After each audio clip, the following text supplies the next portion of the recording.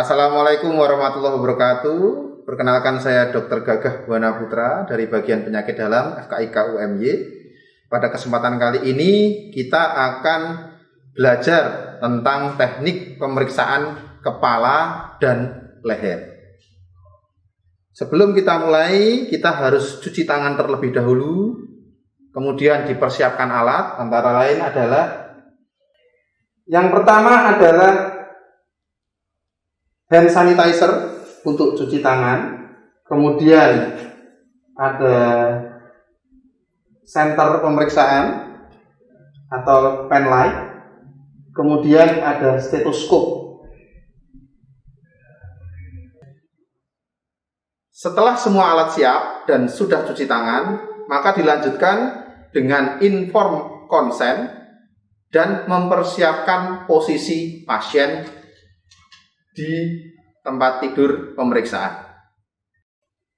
Pemeriksaan kepala yang pertama kali adalah mengamati bentuk dan ukuran kepala. Kita amati kesimetrisan muka, rambut, dan kulit kepala. Penilaian lingkar kepala juga dapat dilakukan, terutama pada anak-anak. Kemudian dilanjutkan dengan pemeriksaan palpasi pada permukaan kulit kepala untuk mencari ada tidaknya deformitas.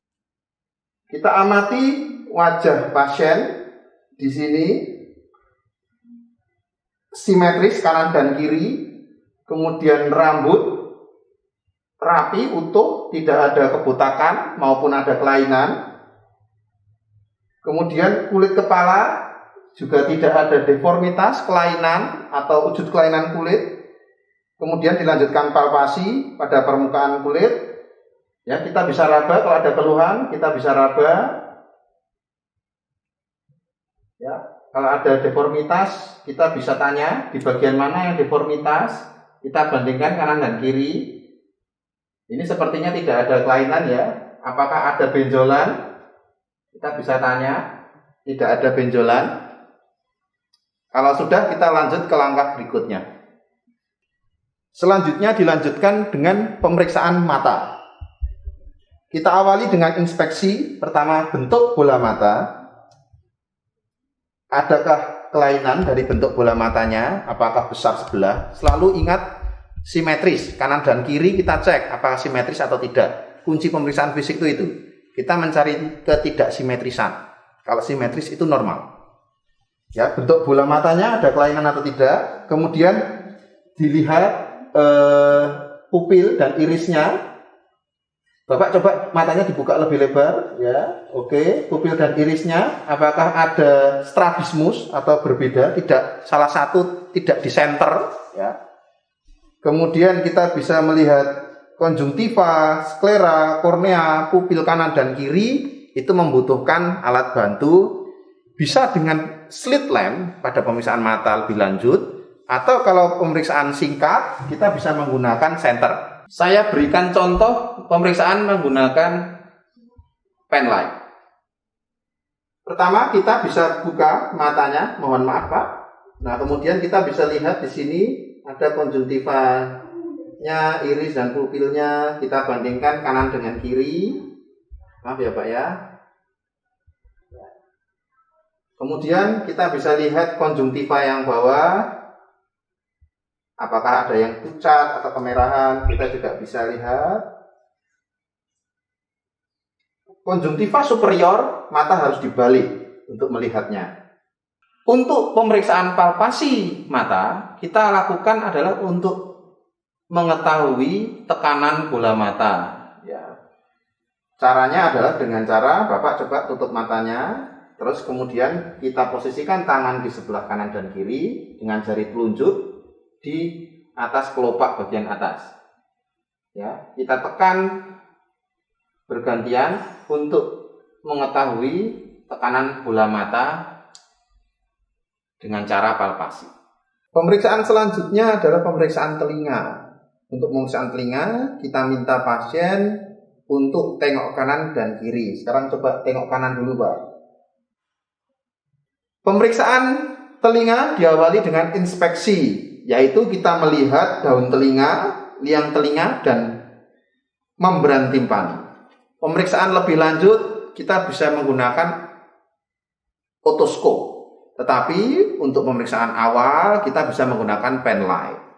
Penlight kita arahkan ke arah lubang telinga, kemudian telinga bisa kita luruskan seperti ini supaya kita bisa melihat dalam sampai dengan membran timpani.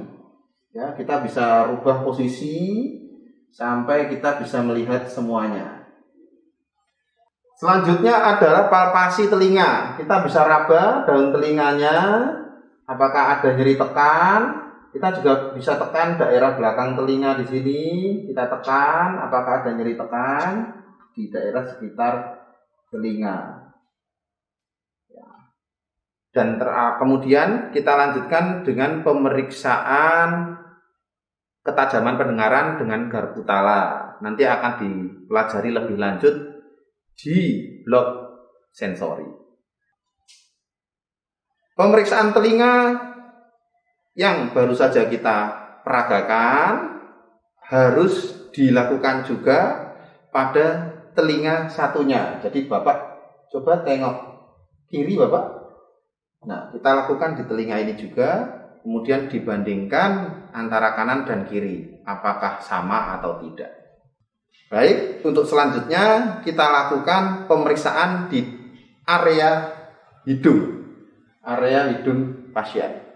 Ya, kita awali dengan melihat secara inspeksi, kita lihat simetris atau tidak, selalu simetris atau tidak. Kemudian kita lihat apakah cuping hidungnya kembang kempis atau tidak, yaitu yang kita sebut sebagai nafas cuping hidung. Itu suatu tanda kelainan. Kalau tidak ada, berarti masih baik. Kemudian ada discharge yang keluar tidak dari lubang hidung, ya. Dan ada kemerahan tidak, ada UKK atau tidak. Itu dari inspeksi seperti itu. Ada massa atau tidak juga perlu dideskripsikan. Baik, selanjutnya palpasi hidung. Palpasi hidung dilakukan dari atas, kita palpasi, ya. Ada nyeri tekan atau tidak, ada teraba massa atau tidak, disampaikan. Kemudian dilanjutkan palpasi dari sinus paranasal. Ada sinus frontalis di sini, ada nyeri tekan atau tidak. Ada sinus yang lain, ethmoidalis, ya, itu juga dilakukan penekanan. Kemudian dilanjutkan dengan perkusi. Perkusi dari sinus. Ya, kita bisa lakukan perkusi di area sini. Ada nyeri atau tidak ketika diperkusi, ya, terasa berat atau tidak. Di area sini juga bisa kita perkusi, apakah ada nyeri atau tidak. Baik, selanjutnya adalah pemeriksaan mulut. Ya, untuk pemeriksaan mulut ini dilakukan dengan kita nanti akan berhadapan-hadapan dengan pasien, terus kemudian kita akan melihat rongga mulutnya bagaimana, apakah ada masalah gigi, gusi, dan kemudian faringnya, ya, termasuk lidah juga harus diperiksa. Kuncinya adalah ada tidak massa, simetris atau tidak. Kemudian ada satu lagi yang harus jangan terlupa adalah bau mulut. Bau mulut itu juga harus dilaporkan. Baik, kita peragakan. Pemeriksaan selanjutnya adalah palpasi pada mulut. Untuk palpasi pada mulut ini kita harus memakai handscoon. Ya, nanti kita akan praktekkan setelah saya pakai handscoon. Baik, selanjutnya untuk perkusi daerah mulut yang dilakukan adalah perkusi gigi.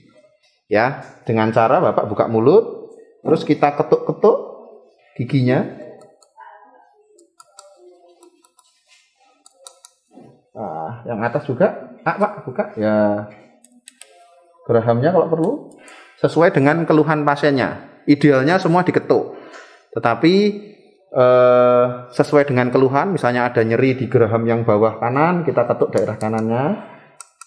Ya, kalau diminta pasiennya mendeskripsikan apakah ada nyeri atau tidak. Ya. Baik, selanjutnya adalah pemeriksaan leher. Pada pemeriksaan leher ini pasien diminta untuk menghadap ke atas atau mendangak, ya. Bahasa Jawanya dangak, bahasa Indonesianya saya lupa. Nah, di sini kita bisa amati yang pertama adalah nadi karotis adalah di daerah ini. Ya, kita bisa raba nanti ya, daerah karotis. Kemudian daerah jugularis ada di sini. Ya, di sini ada vena jugularis. Kita bisa amati apakah ada denyutan. Nah, kemudian kita daerah ini di bawah jakun, ini adalah daerah tiroid. Dan yang terakhir adalah limfonodi sepanjang leher. Limfonodi sepanjang leher nanti kita akan lakukan palpasi. Setelah kita inspeksi apakah ada kelainan di salah satu sisi, seperti saya ulang sekali lagi ya, simetris atau tidak, itu kunci dari pemeriksaan fisik. Kita lanjutkan dengan palpasi. Pertama kita palpasi limfonodi dulu, kita raba. Di sini ada satu yang terus ke depan, ya, mengikuti musculus sternocleidomastoideus. Kemudian limfonodi yang di posterior dari musculus. Kemudian yang terakhir adalah limfonodi yang ada di bawah rahang. Ya, kalau tidak ada yang membesar dan tidak ada nyeri berarti normal. Dilakukan pada sisi sebelahnya juga. Setelah melakukan inspeksi, maka kita lanjut dengan palpasi leher. Pertama adalah kita lakukan palpasi limfonodi. Ada 5 area yang harus kita palpasi. Yang pertama adalah area di depan telinga, ya. Kemudian area di belakang telinga, tadi sudah kita lakukan. Kemudian area di bawah rahang. Kemudian area di sepanjang musculus sternocleidomastoideus sampai dengan atas klavikula.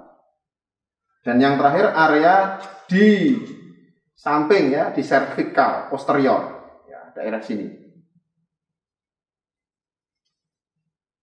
Selanjutnya adalah palpasi tiroid.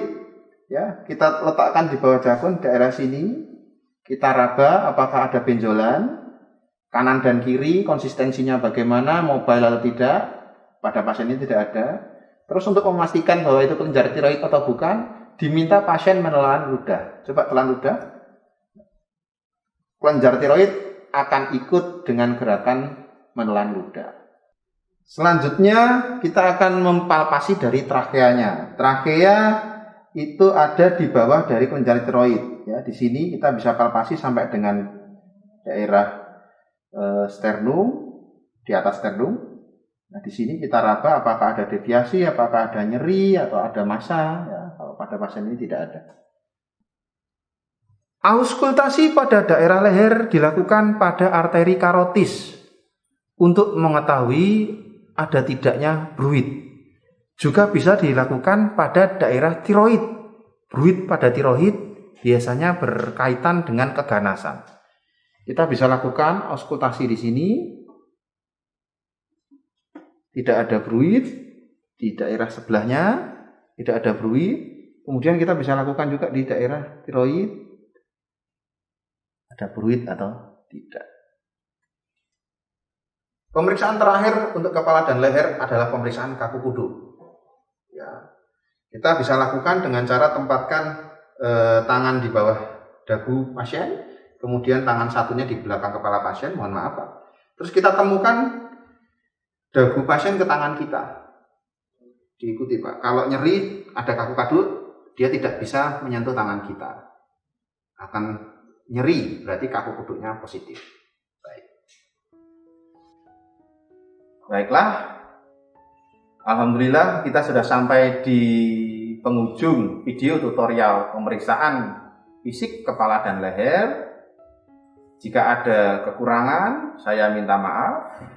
Mohon adik-adik cross-check ke buku panduan untuk memperdalam, misalnya tadi penggunaan ophthalmoscope, penggunaan slit lamp, penggunaan laryngoskop, penggunaan otoskop, pemeriksaan garpu tala, dan masih banyak lagi yang akan dipelajari lebih lanjut di blog-blog setelah ini.